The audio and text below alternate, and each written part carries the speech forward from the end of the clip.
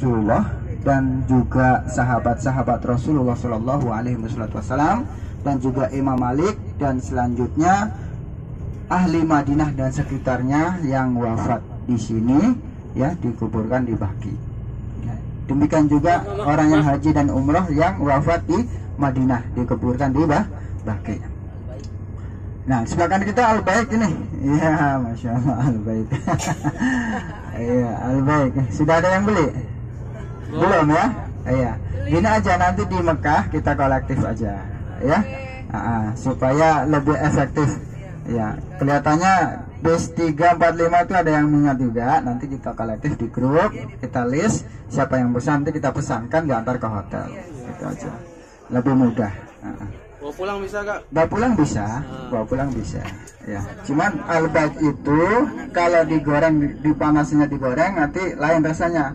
Manasinnya di kayak macam di open gitu. Iya. Ya, di open juga bisa. Iya, saya juga pernah bawa. Nah, baik Bapak Ibu semuanya, tadi kita sudah melintasi Masjid Ijabah ya. Masjid Ijabah ini adalah merupakan masjid yang di perkampungan Bani Umayyah. Sebelah kanan kita ini Masjid Dunia dan Akhirat. Ya. Masjid Dunia dan Akhirat. Kok aneh namanya ya, Masjid Dunia dan Akhirat. Ya. Kenapa Bapak Ibu semuanya? Iya, di bawahnya itu supermarket ya, toko-toko ya. Kemudian lantai 2, lantai atasnya itu adalah masjid. Begitu azan masuk, mereka bubar semuanya, baik pembeli ataupun penjual naik ke atas ya. Mengerjakan sholat dulu, nanti selesai sholat mereka turun lagi, sibuk lagi dengan perdagangannya. Jadi disebut dengan Masjid Dunia dan Akhirat, yang sebenarnya adalah Masjid Bilal. Oh, Masjid Bilal. Masjid Bilal. Nah, ikut orangnya nggak ikut? Nggak ikut. Iya, di situ dulu di sana di rumahnya, di sana dibangun masjid tersebut adalah rumahnya Sayyidina Bilal radhiyallahu anhu. Ya, lumayan jauh kan? Lumayan jauh rumahnya Bilal. Padahal Bilal adalah muadzin. Itu memang dikehendaki Bilal supaya apa? Semenjak Rasulullah sabdakan langkah kaki orang yang pulang pergi ke masjid, satu langkah dinaikkan derajatnya, satu langkah diampuni dosa. Nah, semenjak itu Bilal tuh makin semangat lagi. Kenapa? Makin jauh rumahnya makin banyak pahalanya, begitu ya. Jadi makin semangat lagi Bilal. Padahal Bilal adalah muadzin. Nah, Masjid Ijabah itu tadi Bapak Ibu semuanya adalah merupakan masjid yang ada di perkampungan Bani Umayyah. Dulu Rasulullah singgah di perkampungan Bani Umayyah, sholat 2 rakaat, dan seusai sholat Rasulullah memohon 3 permintaan kepada Allah. Yang pertama, permohonan Rasulullah kepada Allah supaya umatnya tidak dibinasakan dengan kelaparan, paceklik. Ya. Doa ini dikabulkan oleh Allah Subhanahu wa taala. Kemudian doa yang kedua, memohon kepada Allah Subhanahu wa taala supaya umatnya tidak dibinasakan dengan bencana, musibah seperti halnya kaum-kaum terdahulu. Ya, kaum-kaum terdahulu yang dibinasakan dengan musibah bencana, kaum siapa? Kaum Nabi Lut, kaum Samud, kaum Ad ya, semuanya dibinasakan dengan musibah. Ya. Tapi Rasulullah begitu sayang kepada umatnya sehingga Rasulullah tidak menghendaki umatnya dibinasakan semuanya seperti kaum-kaum terdahulu. Kemudian doa yang ketiga Bapak Ibu semuanya, permohonan Rasulullah supaya umatnya tidak terkotak-kotak, tidak tercerai-berai, tidak terpecah belah. Nah, doa ini yang tidak dikabulkan oleh Allah Subhanahu wa taala. Sudah menjadi sunnatullah umat Rasulullah sampai akhir zaman itu ada saja perpecahan, ada saja perselisihan, ya. Akan tetapi Bapak Ibu semuanya, ketika Rasulullah Shallallahu Alaihi Wasallam menyampaikan kepada para sahabatnya ketika itu bahwasanya umat Nabi Musa terpecah belah menjadi 71 golongan. Kemudian umat Nabi Isa terpecah belah menjadi 72 golongan. Dan Rasulullah sampaikan bahwasanya umat Rasulullah terpecah belah menjadi 73 golongan. Kemudian sahabat bertanya, "Ya Rasulullah, di antara 73 golongan tersebut yang mana yang selamat?" Hanya satu yang selamat Bapak Ibu di antara 73 golongan. Yang 72 kemana? Mereka adalah orang-orang yang tidak selamat. Rasulullah tidak mengucapkan organisasi, tidak mengucapkan sesuatu kelompok, tidak. Akan tetapi Rasulullah menyampaikan ma'ana alaihi wa ashabi, yaitu orang-orang yang mengikuti aku dan sahabat-sahabatku, yaitu orang-orang yang akidahnya adalah ahlu sunnah wal jamaah. Terus sekarang ini Bapak Ibu semuanya, fenomena yang terjadi, perbedaan-perbedaan sekarang ini yang menonjol di masyarakat. Ustaz, di sebelah masjidnya berkunut, sebelah masjidnya tidak berkunut, yang belakang bertahlil, yang depan tidak bertahlil. Iya. Yang salah yang mana? Iya. Yang salah bangun subuh tidak salat. Dalam hal furu', dalam hal perbedaan dalam ibadah itu sudah menjadi suatu hal yang wajar. Dan memang tidak bisa dihindari dalam perbedaan tersebut, karena ulama-ulama itu juga banyak mereka ya berpandangan yang berbeda, akan tetapi mengambil dalil yang sama, hanya berbeda pandangan saja. Dalam hal furu' ini artinya cabangan, bukan dalam hal dasar. Usul dalam hal fikih adalah usul pokok. Dalam hal akidah, pokok adalah akidah. Iya. Dalam hal usul dalam fikih ini adalah suatu hal yang wajar. Yang berkunut benar, yang tidak berkunut pun benar. Dalilnya sama-sama sah. Yang berkunut dalam kitab Sunan Abi Dawud, Anas radhiyallahu anhu mengatakan, yaqnutu Rasulullah sallallahu alaihi wasallam hatta faraqat dunya. Rasulullah itu berkunut 3 bulan sebelum Rasulullah wafat sampai meninggal dunia. Nah, di sana Anas radhiyallahu anhu mengatakan kunutnya adalah kunut subuh. Cuman di sini berbeda lagi. Ya, Imam Malik berkunut salat subuh, Imam Syafi'i berkunut salat subuh, Imam Hanafi tidak berkunut, Imam Hambali tidak berkunut. Yang berkunut adalah mazhab Maliki dan Syafi'i. Akan tetapi dua ini juga berbeda. Imam Maliki berkunut sebelum ruku, Imam Syafi'i kunut setelah ruku. Seperti itu perbedaannya. Dalam hal furu' seperti ini Bapak Ibu semuanya, ini adalah suatu hal yang wajar dalam hal cabangan dalam Islam, bukan dalam hal usul.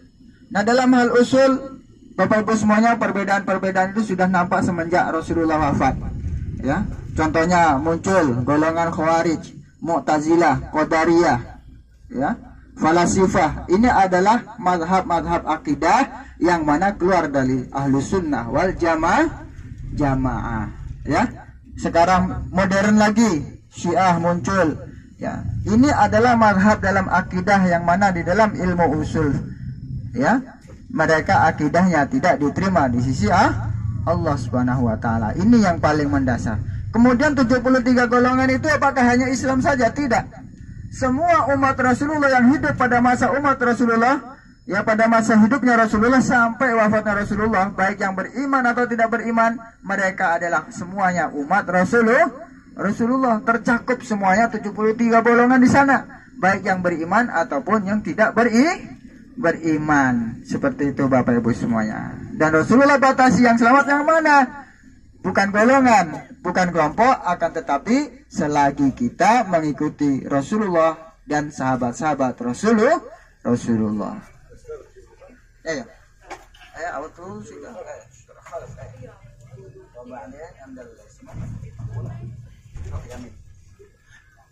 Sebelah kiri kita sudah sampai di Masjid Quba, ya. Saya sedikit akan menyampaikan Masjid Quba. Masjid Quba ini adalah merupakan masjid yang dibangun pertama sekali ketika Rasulullah berhijrah dari mana?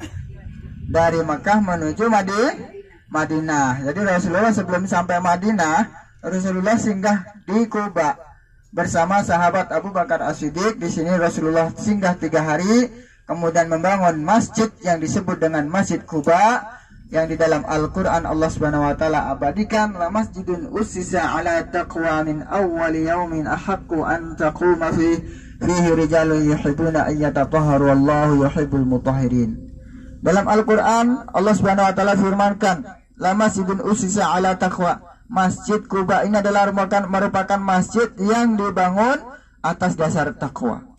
Min awwali yaumin ahaqqu an taquma fihi, yang mana semenjak dibangunnya masjid tersebut, para sahabat-sahabat berhak mendirikan salat di dalamnya. Ya.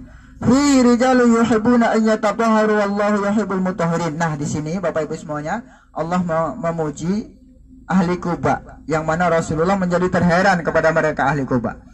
Sehingga Rasulullah mendatangi ahli Quba dan bertanya, "Wahai ahli Quba, amalan apa yang istimewa pada kalian sehingga Allah Subhanahu wa taala memuji kalian di dalam Al-Qur'an?" Mereka menjawab, "Ya Rasulullah, kami tidak memiliki amalan yang khusus kecuali kami apabila hendak buang air, kami selalu membersihkan dengan benda yang kering yang meresap dan kemudian disempurnakan dengan air." Ya, kalau istilahnya adalah beristijmar. Istijmar itu adalah membersihkan tinja dengan menggunakan benda yang kering dan meresap seperti halnya kayu kering, batu yang kering, kemudian dedaunan yang kering, ataupun kalau yang sekarang di hotel-hotel adalah tisu, kemudian disempurnakan dengan menggunakan air. Amalan ini yang membuat Allah Subhanahu wa taala memuji mereka dalam Al-Qur'an. La masjidun usita ala taqwa min awwali ahaqqu min awwali yawmin ahaqqu an taquma fihi rijalun yuhibbuna yatatahharu wallahu yuhibbul mutahhirin. Ya, di dalamnya di perkampungan ahli Quba, mereka adalah orang-orang yang senantiasa suka bersuci. Nah, kemudian Bapak Ibu semuanya, setelah Rasulullah membangun masjid tersebut, kemudian di sini orang-orang Yahudi, orang-orang yang mana pada waktu itu mereka adalah orang-orang yang tidak menerima Islam, kemudian mereka pun membangun masjid. Yang mana mereka membangun masjid ini bukan untuk beribadah kepada Allah, akan tetapi membangun masjid adalah untuk memberikan perlawanan kepada kaum muslimin, sehingga Allah Subhanahu wa taala perintahkan Rasulullah untuk membongkar masjid tersebut, dan masjid tersebut disebut dengan Masjid Ad-Darar. Kemudian Rasulullah setelah tinggal di Madinah, berangkat menuju ke Madinah. Begitu masuk Madinah, orang-orang Ansar, orang-orang Muhajirin, mereka menghendaki Rasulullah tinggal bersama mereka di rumahnya. Semua mengharapkan seperti itu.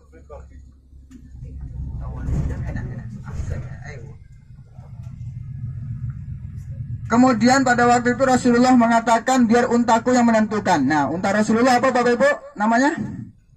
Untanya namanya adalah Qaswa.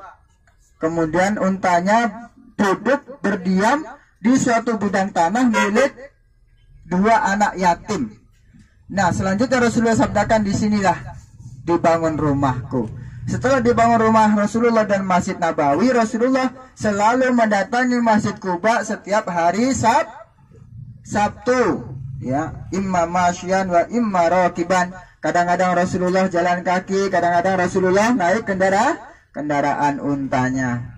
Nah, kemudian Bapak Ibu semuanya, Rasulullah sholat di Masjid Quba 2 rakaat, dan kemudian Rasulullah sabdakan, man tatahhara fi baitihi thumma ata Masjidil Quba fa shalla fi rakaatain kana lahu ka ajri umratin. Barang siapa yang bersuci dari rumahnya kemudian datang ke Masjid Quba dan sholat di dalamnya 2 rakaat, maka baginya pahala umrah. Alhamdulillah. Nah, di sini Bapak Ibu semuanya kita kerjakan sholat apa? Sholat tahiyatul masjid dulu 2 rakaat, kemudian karena sudah waktu duha kita kerjakan sholat sunnah duha 2 rakaat. Selanjutnya kita kumpul kembali ke meeting point dan kita kembali ke bis melanjutkan perjalanan tur kita pada pagi hari ini. Alhamdulillah. Sudah wudu semuanya Bapak Ibu? Iya, nanti yang belum wudu ataupun sudah batal akan kami tunjukkan tempat berwudunya, ya. Silakan Bapak Ibu semuanya turun, ya, tasnya dibawa, yang berkamera